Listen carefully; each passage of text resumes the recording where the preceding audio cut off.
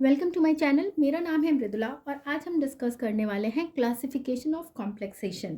तो जो कॉम्प्लेक्स हैं, जो फॉर्म होते हैं मेटल और लिगेंड के कॉम्बिनेशन या फिर डोनर एक्सेप्टर के बेसिस पे, उनको बेसिकली दो कैटेगरी में डिवाइड किया गया है कि वेदर एक्सेप्टर कंपोनेंट जो है वो मेटल आयन है या फिर कोई ऑर्गेनिक मॉलिक्यूल है। एक तीसरा थर्ड कैटेगरी भी है जिसको कि इंक्लूजन या फिर ऑक्लूजन कंपाउंड्स कहा गया है, जो कि जिसमें कि एक कंपाउंड जो है वो दूसरे कंपाउंड के मॉलिक्यूलर फ्रेमवर्क में इंट्रैप होता है, मतलब एक मॉलिक्यूल के अंदर जो है वो दूसरा कंपाउंड होता है।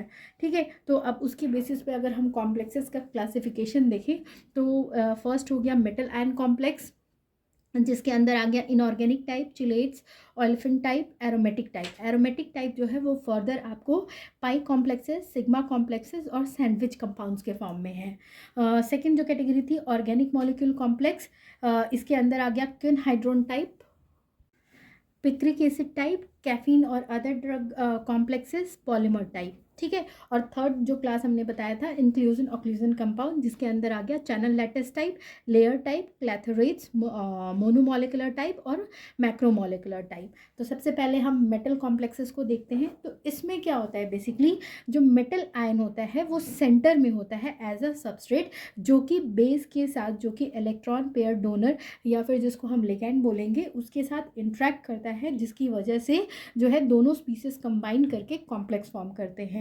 तो इसमें सबसे पहला जो मेटल कॉम्प्लेक्स में हम देखते हैं इनऑर्गेनिक कॉम्प्लेक्स। तो इसका एग्जाम्पल हो गया हेक्सामिन कोबाल्ट 3 क्लोराइड, जिसमें कि ये जो अमोनिया है वो डोनेट कर रहा है pair of electrons cobalt ion को, यानी कि यहाँ पे अमोनिया जो है वो डोनर हो गया और सेंट्रल एटम यानी कि मेटल जो है वो कोबाल्ट हो गया, जो कि एज अ एक्सेप्टर एक्ट करता है। और फिर ये दोनों कोवेलेंट बॉन्ड फॉर्म करते हैं, कोबाल्ट का वो 6 होता है। तो यहाँ पे जो कोबाल्ट है उस कंबाइन किया उसने अमोनिया से, तो कोऑर्डिनेशन कॉम्प्लेक्स ये फॉर्म होता है। ठीक है, अदर कॉम्प्लेक्सेस जो इस कैटेगरी को बिलोंग करते हैं उसके अंदर आता है AgNH3 2, जहाँ पे NH3 जो है वो डोनर हो गया, यानी अमोनिया डोनर हो गया और सिल्वर जो है एक्सेप्टर हो गया। यहाँ पे साइनाइड जो है वो डोनर हो गया और आयरन जो है वो एक्सेप्टर हो गया। और इस केस में वाटर जो है वो डोनर और क्रोमियम जो है वो एक्सेप्टर हो गया। तो इस तरह से ये कॉम्प्लेक्स यानी कि कोऑर्डिनेशन कंपाउंड्स फॉर्म करते हैं। हर एक लिगैंड जो है वो पेयर ऑफ इलेक्ट्रॉन्स जो है वो देता है, जिससे कि कोवेलेंट लिंक उसके और जो सेंट्रल आयन यानी कि मेटल के बीच में फॉर्म होता है। और इस सेंट्रल आयन का जो है बेसिकली जो इलेक्ट्रॉन सेल है वो इनकम्प्लीट होना चाहिए, यानी कि जब तक कोई एटम जो है वो उसमें वैलेंसी नहीं होगी तो वो स्टेबिलिटी की तरफ नहीं जाएगा। यानी कि जो भी एलिमेंट्स होते हैं उनके सेल जो है वो कंप्लीट होने चाहिए जिससे वो स्टेबल होते हैं।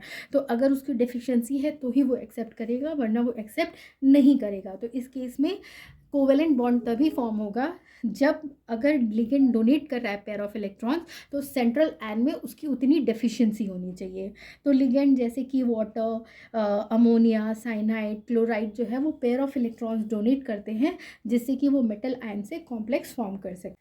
हाइब्रिडाइजेशन जो है वो इम्पॉर्टेंट पार्ट होता है कोऑर्डिनेशन कंपाउंड्स का, उन केसेस में जहाँ पे नॉर्मली मेटल आयन के ऑर्बिटल्स जो है उसमें सफिशिएंट डेफिशिएंसी नहीं होती है, यानी कि इलेक्ट्रॉन्स नहीं होते हैं, उसमें ये हाइब्रिडाइजेशन जो है वो हेल्प करता है। तो जब कॉम्प्लेक्सेशन होता है तो जो इलेक्ट्रॉन्स होते हैं वो हाफ फिल ऑर्बिटल से दूसरे ऑर्बिटल में शिफ्ट हो जाते हैं। जैसे हमने देखा था कि यहाँ पे एक पेयर था, लेकिन यहाँ पे सिंगल सिंगल सिंगल था। ठीक है, तो यहाँ के जो इलेक्ट्रॉन्स है वो क्या करेंगे, जो हाफ फिल्ड यानी कि यहाँ सिंगल था, तो ये दोनों जो है वो यहाँ शिफ्ट कर जाएंगे, जिससे ये दोनों जो ऑर्बिट हैं वो खाली हो जाते हैं। और फिर यहाँ पे जो लिगेंड है वो इलेक्ट्रॉन्स देके इनसे कोऑर्डिनेशन कंपाउंड जो है वो फॉर्म कर लेते हैं। ठीक है, तो इस तरह से यहाँ पे कॉम्प्लेक्सेशन होता है। नेक्स्ट है किलेट्स। किलेट्स बेसिकली वो मेटल आयन कॉम्प्लेक्सेस है जिसमें जो लिगेंड होते हैं वो दो या दो से ज़्यादा प्रेजेंट होते हैं, और वो जो है वो मेटल के साथ कंबाइन करके कॉम्प्लेक्स फॉर्म करते हैं। और डिपेंडिंग अपॉन कि कितने डोनर ग्रुप है कॉम्प्लेक्सेशन के लिए अवेलेबल है, उसके बेसिस पे लिगेंड्स को बाइडेनेट, ट्राइडेनेट, पॉलीडेनेट कहते हैं। बाइडेनेट इन सेंस की दो ग्रुप से अवेलेबल होंगे, ट्राइडिनेट यानी कि 3 ग्रुप्स अवेलेबल होंगे, मोनोडिनेट यानी सिंगल ग्रुप अवेलेबल होगा। इसके बेसिस पे अलग अलग लिगेंड्स प्रेजेंट होते हैं। कुछ जो बॉन्ड्स होते हैं जब किलेट्स कंबाइन करते हैं, वो मेटल के साथ, वो या तो आयनिक बॉन्ड होगा या तो प्राइमरी कोवेलेंट टाइप होगा, लेकिन बाकी जो होते हैं वो सारे कोऑर्डिनेट कोवेलेंट लिंक के थ्रू कनेक्ट होते हैं, यानी उनमें कनेक्शन होता है, कॉम्प्लेक्स फॉर्मेशन होता है। एग्जाम्पल में अगर हम देखते हैं तो EDTA यानी कि ethylene di amine tetra acetic acid एक पॉपुलर किलेटिंग एजेंट्स हैं, जिसके पास 6 पॉइंट ऑफ अटैचमेंट होते हैं मेटल आयन के लिए। 2 नाइट्रोजन होते हैं और 4 ऑक्सीजन होता है, जहाँ पे ईजिली जो मेटल आयन है वो कॉम्प्लेक्स फॉर्म कर सकता है उसके साथ बाइंड अप करके। अगर लेकिन जो है वो एक stable water soluble metal chelates form करता है तो उसको सिक्वेस्टरिंग एजेंट बोलते हैं। और ये सिक्वेस्ट्रेशन यानी कि जो ये water soluble metal chelates form होते हैं, इस प्रोसेस को जो है वो एनालिसिस के लिए यूज़ किया जाता है, या फिर जो सॉल्यूशंस में अनवांटेड आयंस प्रेजेंट होते हैं उनको रिमूव करने के लिए। जैसे कि EDTA जो है वो सिक्वेस्टरिंग एजेंट है जो कि हार्ड वाटर से कैल्शियम आयन के रिमूवल में यूज़ होता है।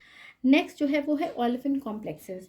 तो कुछ मेटल आयंस के जो एक्वस सॉल्यूशन होते हैं जैसे कि प्लैटिनम, आयरन, पैलेडियम, मर्करी और सिल्वर, वो जो है ओलेफिन्स को एब्जॉर्ब करते हैं जैसे कि एथिलीन, जिससे कि वो वाटर सॉल्युबल कॉम्प्लेक्स दे सके।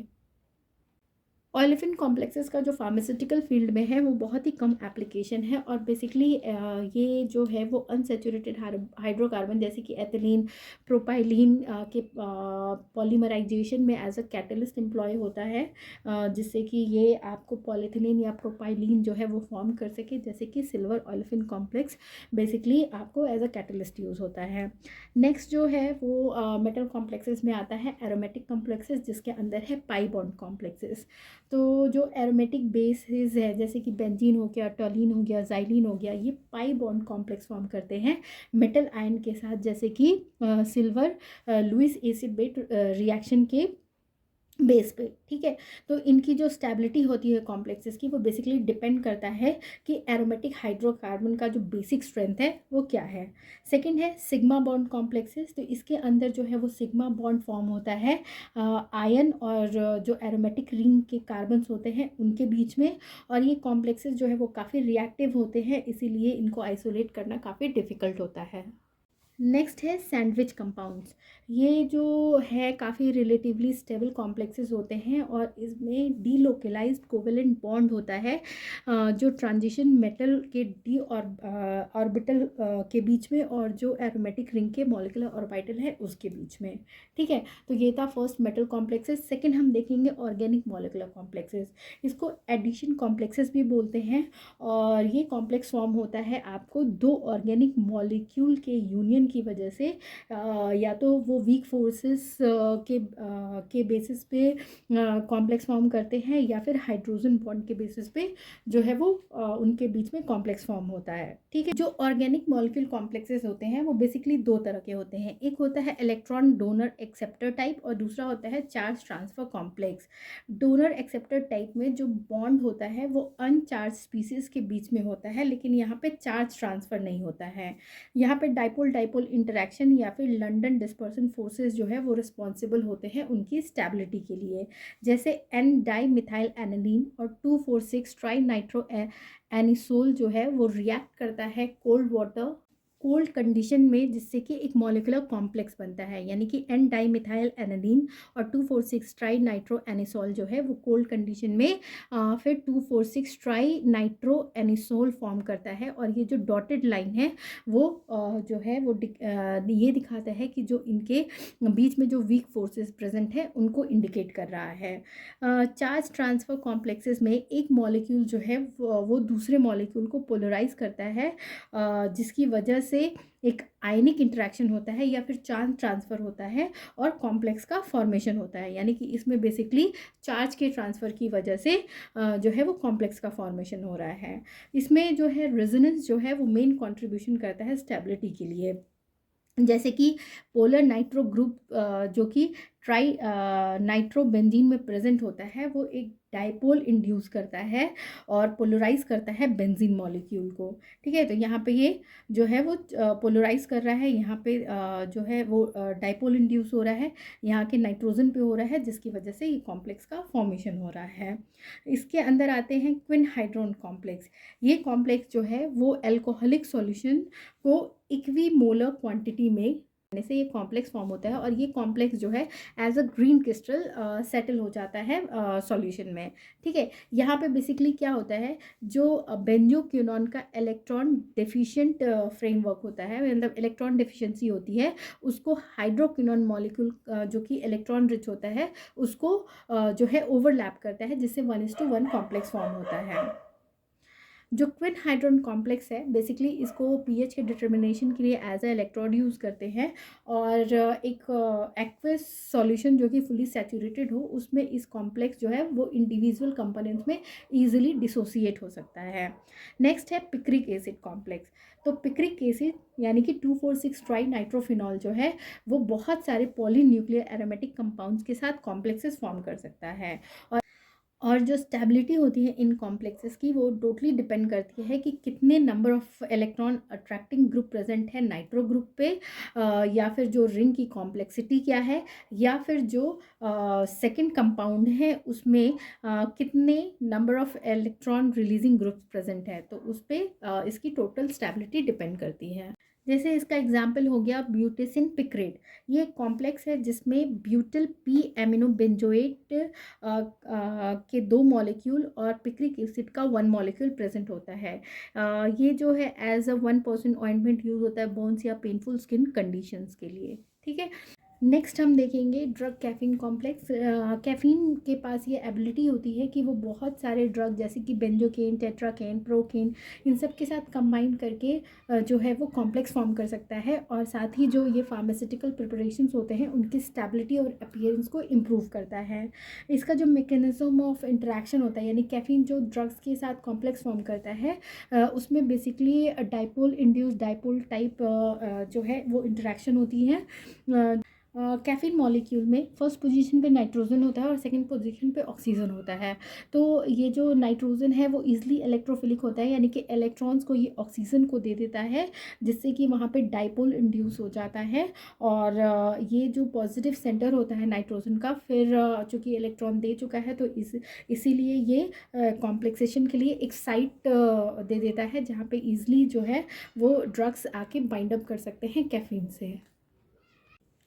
बेंजोकिन मॉलिक्यूल, अगर एग्जांपल में हम ड्रग में बेंजोकिन मॉलिक्यूल को कंसिडर कर रहे हैं तो इसके ईस्टर्स जो है वो पोलराइज होते हैं कुछ इस तरह से कि जो कार्बोनिल ऑक्सीजन होता है यानी कि यहाँ का जो ऑक्सीजन होता है वो न्यूक्लियोफिल यानी कि बेस की तरह काम करता है। ठीक है, तो जब कॉम्प्लेक्सेशन होता है तो इनके बीच में डाइपोल डाइपोल इंट्रैक्शन कहाँ कहाँ होता है, तो जो आपका नाइट्रोजन है कैफीन का चूँकि वो इलेक्ट्रोफिलिक है और यहाँ पे कार्बोनिल ऑक्सीजन जो है वो न्यूक्लियोफिलिक है, तो ये दोनों जो है वो फिर डाइपोल डाइपोल इंटरेक्शन होता है जिससे कि कॉम्प्लेक्स जो है वो फॉर्म होता है।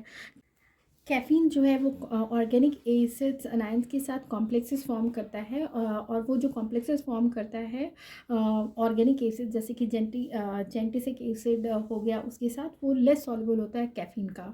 तो इन इनसॉल्युबल कॉम्प्लेक्सेस की वजह से मतलब जो कि कैफीन से कम होते हैं की वजह से कैफीन एक ऐसा फॉर्म प्रोवाइड कर देता है जिससे कि जो ये ऑर्गेनिक एसिड्स हैं उनके बिटर टेस्ट जो है वो मास्क किया जा सकता है और उनको एक सूटेबल स्टेट में मेडिसिन के फॉर्म में यूज़ किया जा सकता है जैसे च्यूएबल टैबलेट्स जो कि फिर एक्सटेंडेड रिलीज देते हैं ड्रग का जिससे कि उसका टेस्ट भी इम्प्रूव हो गया और उसकी बायो अवेलेबिलिटी भी इन्हांस हो जाती है। नेक्स्ट जो फॉर्म है कॉम्प्लेक्स का वो है polymer complex. Polythene glycol, polystyrene, carboxy methyl cellulose और कुछ इस तरह के पॉलीमर्स जिसके अंदर न्यूक्लियोफिलिक ऑक्सीजन होते हैं वो जो है वो ईजिली अलग अलग ड्रग के साथ कॉम्प्लेक्सेस फॉर्म कर लेते हैं। अगर हम एग्जांपल में तो पॉलीमर जैसे कार्बोवैक्सेस, प्लोरोनॉन, ट्विन्स कुछ ड्रग्स जैसे कि tannic acid, salicylic acid, phenol वगैरह के साथ इनकॉम्पैटिबल होते हैं। तो अगर अलग अलग डोजेस फॉर्म जैसे कि सस्पेंशन, इमल्शन, ऑइंटमेंट वगैरह में इन पॉलीमर्स को अगर यूज़ किया गया है और ये ड्रग्स लिए जा रहे हैं, तो ये इनकॉम्पैटिबल होने की वजह से या तो प्रेसिपिटेट के फॉर्म में आ जाते हैं, या फ्लोक्ल्यूड्स फॉर्म हो जाता है, या फिर जो ड्रग की बायोलॉजिक एब्जॉर्प्शन है उसको डिले कर देते हैं, या फिर उनका जो प्रिजर्वेटिव एक्शन है वो उसका लॉस हो जाता है, या तो अलग अलग फिजिकल, केमिकल या फार्माकोलॉजिकल इफेक्ट जो कि डिजायर्ड नहीं होता है वो देखने को मिलता है।